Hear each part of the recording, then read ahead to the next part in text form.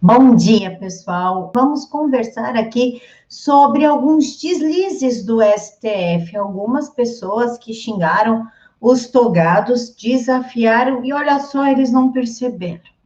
Ou eles não perceberam porque não interessa perceber, ou eles só perceberam no Daniel porque é o Daniel Silveira da base do presidente. Eu queria saber por que o Fux não falou nada quando o Dirceu chamou ele de charlatão togado.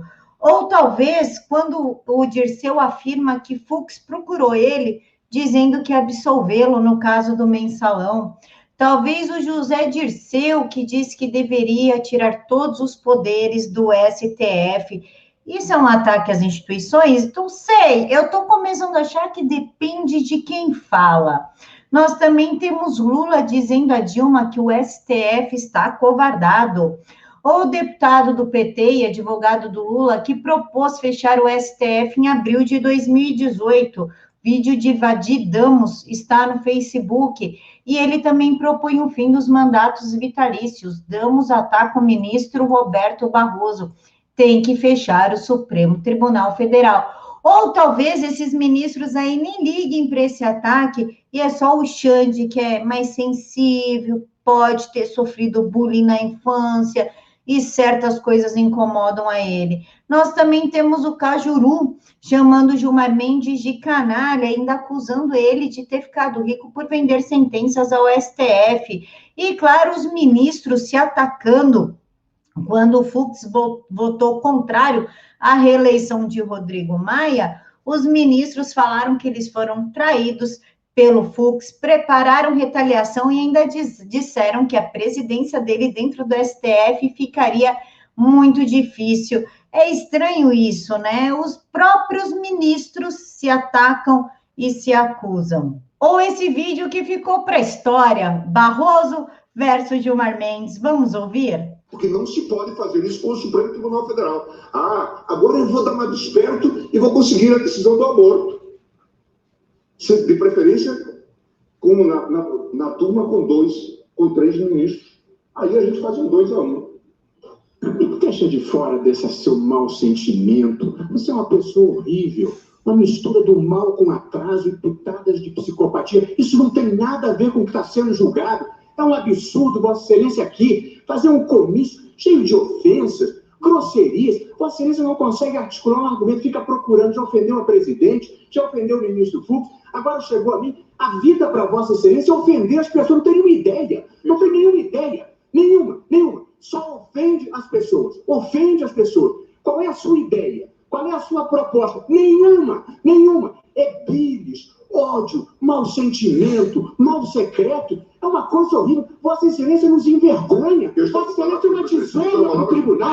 Uma desonra para todos nós. Um temperamento agressivo, grosseiro, rude. É péssimo isso. Vossa Excelência sozinho desmoraliza o tribunal. É muito ruim. É muito penoso para todos nós. Temos que conviver com Vossa Excelência aqui. Pois é. Nossa Senhora, hein? Isso porque eles não são da base bolsonarista. Então aí tá liberado chamar de canalha, de vendido, falar que teve promessa de passar pano ali no caso do mensalão, de falar que o STF precisa ser destituído. Nada disso é antidemocrático. Por quê? Porque a base do PT, a maioria que está no STF veio do Fernando Henrique Cardoso, veio um do Collor de Mello, Fernando Henrique Cardoso, PT, Lula e Dilma, e o Temer, que foi o Xande, né, Xande, amorzinho. Mas eles não são da base bolsonarista, né? Porque se fosse, será que estariam falando assim? Ou será que esses inquéritos e essa perseguição veio num bom momento? Inclusive, não sei, o inquérito 4828 do Atos Antidemocráticos tem a Bia Kicis, que tá para assumir a vaga no CCJ, e aí a Polícia Federal disse que não achou nada no inquérito antidemocrático, e estranhamente o inquérito ressurge. Olha só, né? Mas não vamos de teoria da conspiração, que isso não pode, Xandinho não gosta. Inclusive, achei um bonequinho aqui do meu filho que me lembra meio Xande, mas tudo bem, né? É só um bonequinho, não estou querendo dizer nada com isso.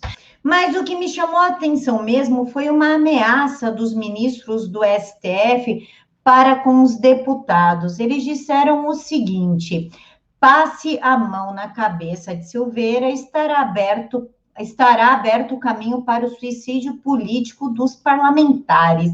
Vem cá, senta aqui com a tia, explica uma coisa. Ministro chantageando o deputado? E o que esses deputados têm aí de tão ruim para esconder?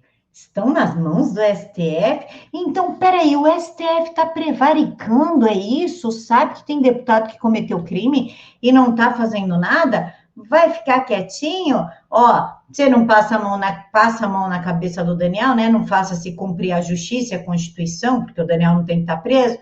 E aí eu continuo passando pano para você, seu processo continua escondidinho aqui. Oi, tá bem mal explicado. Sem STF, que tal explicar por que é um suicídio político caso o deputado vote de acordo com a sua consciência? Ficou meio bizarro essa, hein?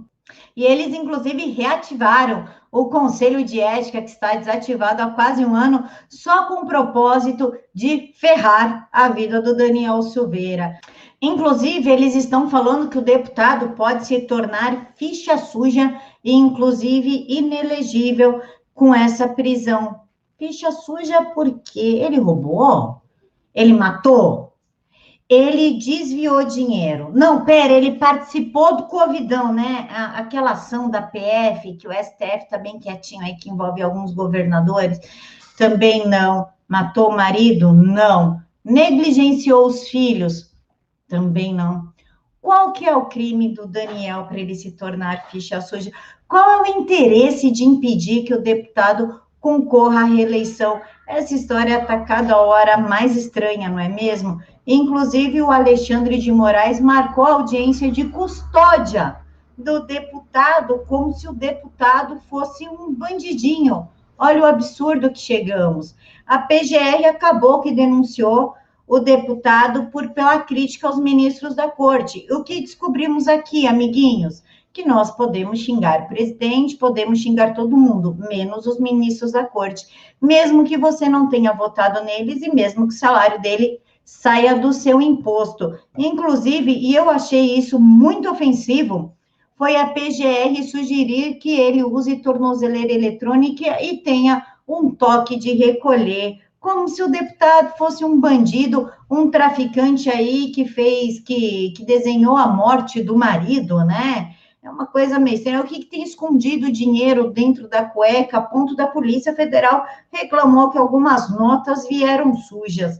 Mas o Marcos Feliciano não deixou isso quieto e mandou um papo reto.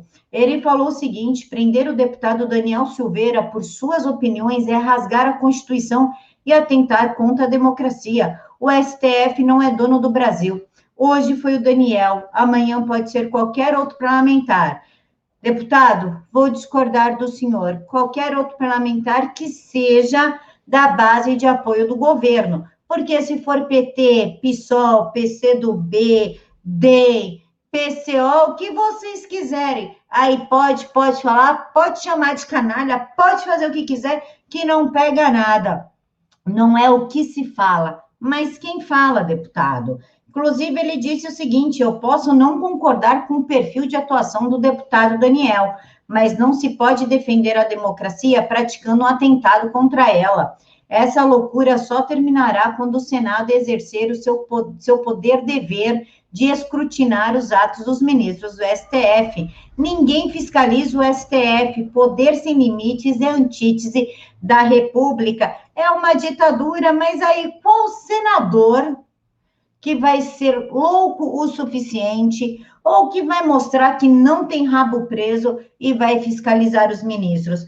Porque o Alcolumbre, um pouquinho antes de deixar o cargo, no apagar das luzes, nos encanamentos escuros e sujos do Castelo, arquivou todos os pedidos de impeachment contra os ministros. O que você tem para esconder, Alcolumbre? Por que os pedidos de impeachment foram arquivados? Porque você sequer botou isso daí para votação. A gente não teve posição nenhuma. A deputada Caroline Gittoni também se posicionou no Twitter, uma coisa que me surpreendeu, na verdade, porque a deputada Caroline de Tônia é uma das deputadas que eu mais procuro para participar de entrevistas ou até dar declarações para as matérias do Jornal da Cidade Online que a gente faz, e ela nunca se posicionou, e ela disse o seguinte: a ordem constitucional se apequena com a prisão de ontem.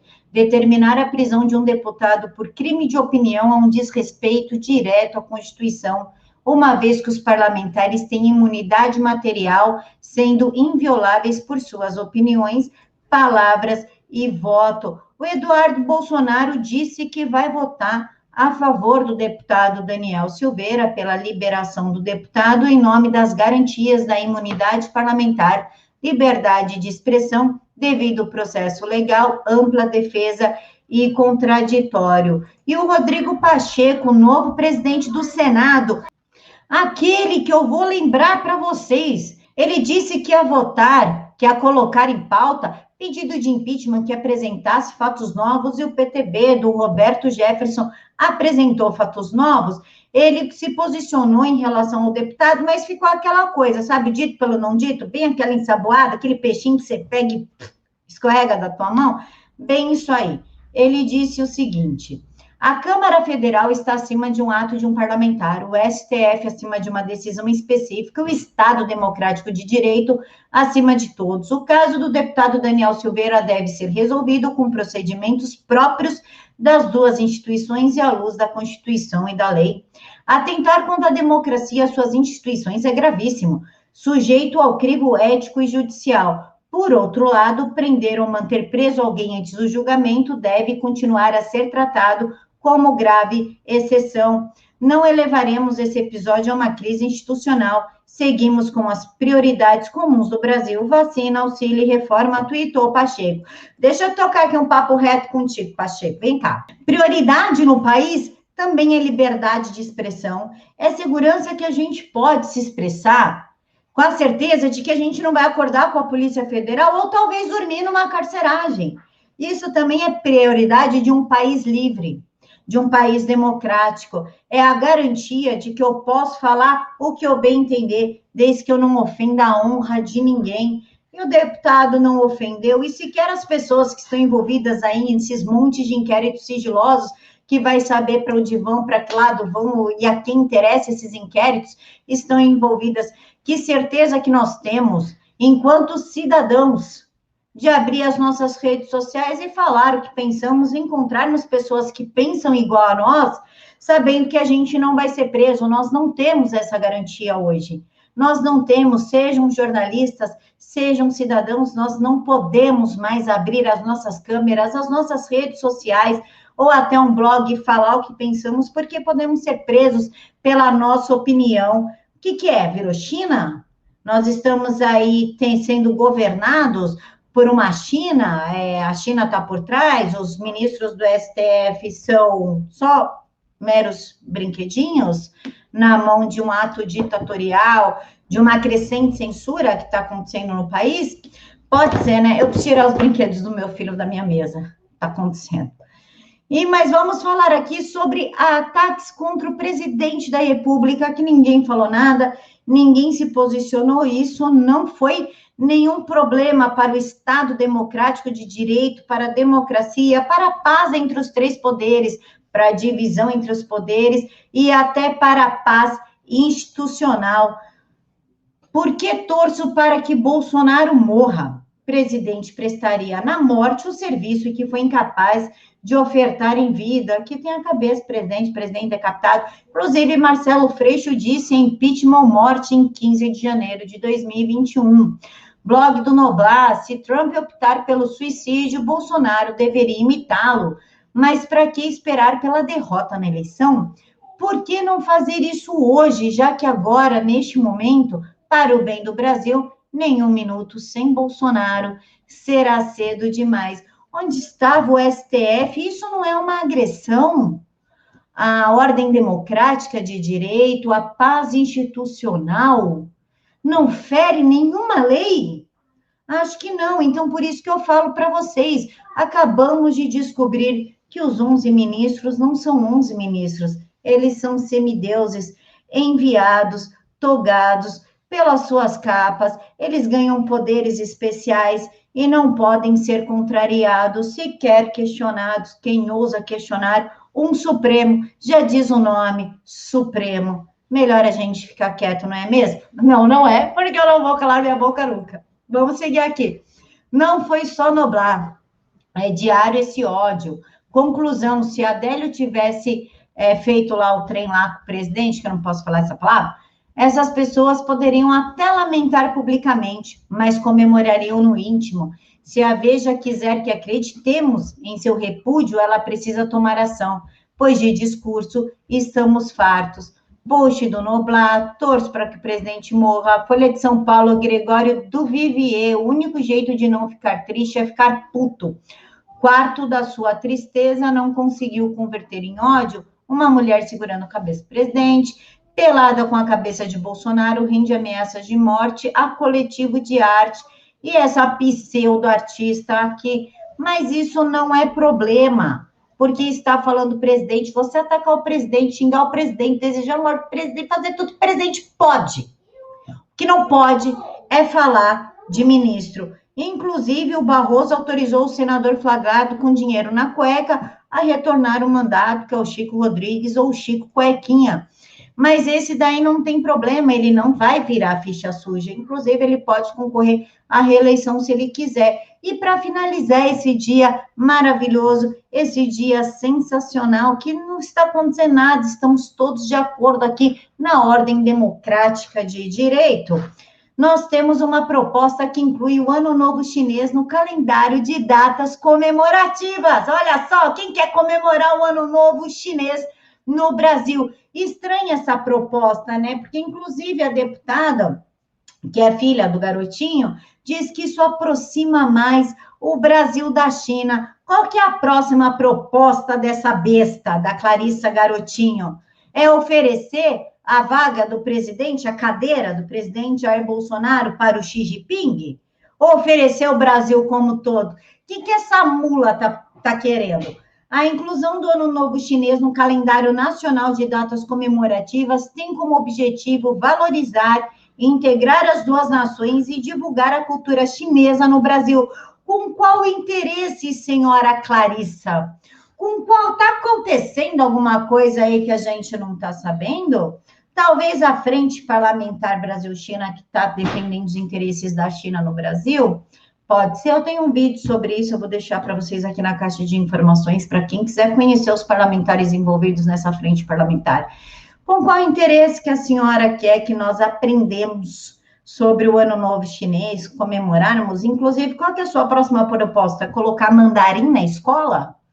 Só para deixar claro para a senhora, já que a senhora é tão envolvida no comunismo, querendo aí que o Brasil se torne uma ditadura chinesa, você sabia que a China não aceita homens Nutelas, como tem aqui no Brasil, né? Tem um curso para que meninos se transformem em homens com testosterona. Vai ter essa matéria também? Deixem aqui para mim a opinião de vocês, o que vocês acham de tudo isso. Quem não está inscrito, se inscreva. Quero saber realmente o que vocês pensam. Não vou julgar ninguém. Pode xingar, pode criticar, pode falar à vontade. O que eu não aceito é que cometa crime aqui nos comentários, porque aí, né, não, vamos manter a educação para podermos debater com consciência e chegarmos aí a um consenso. Quem gostou, compartilha. Fiquem todos com Deus. Eu encontro vocês às 9h30 da noite no Jornal da Cidade Online, porque hoje tem o deputado Jordi e o jornalista Adriles. Fiquem todos com Deus e até mais.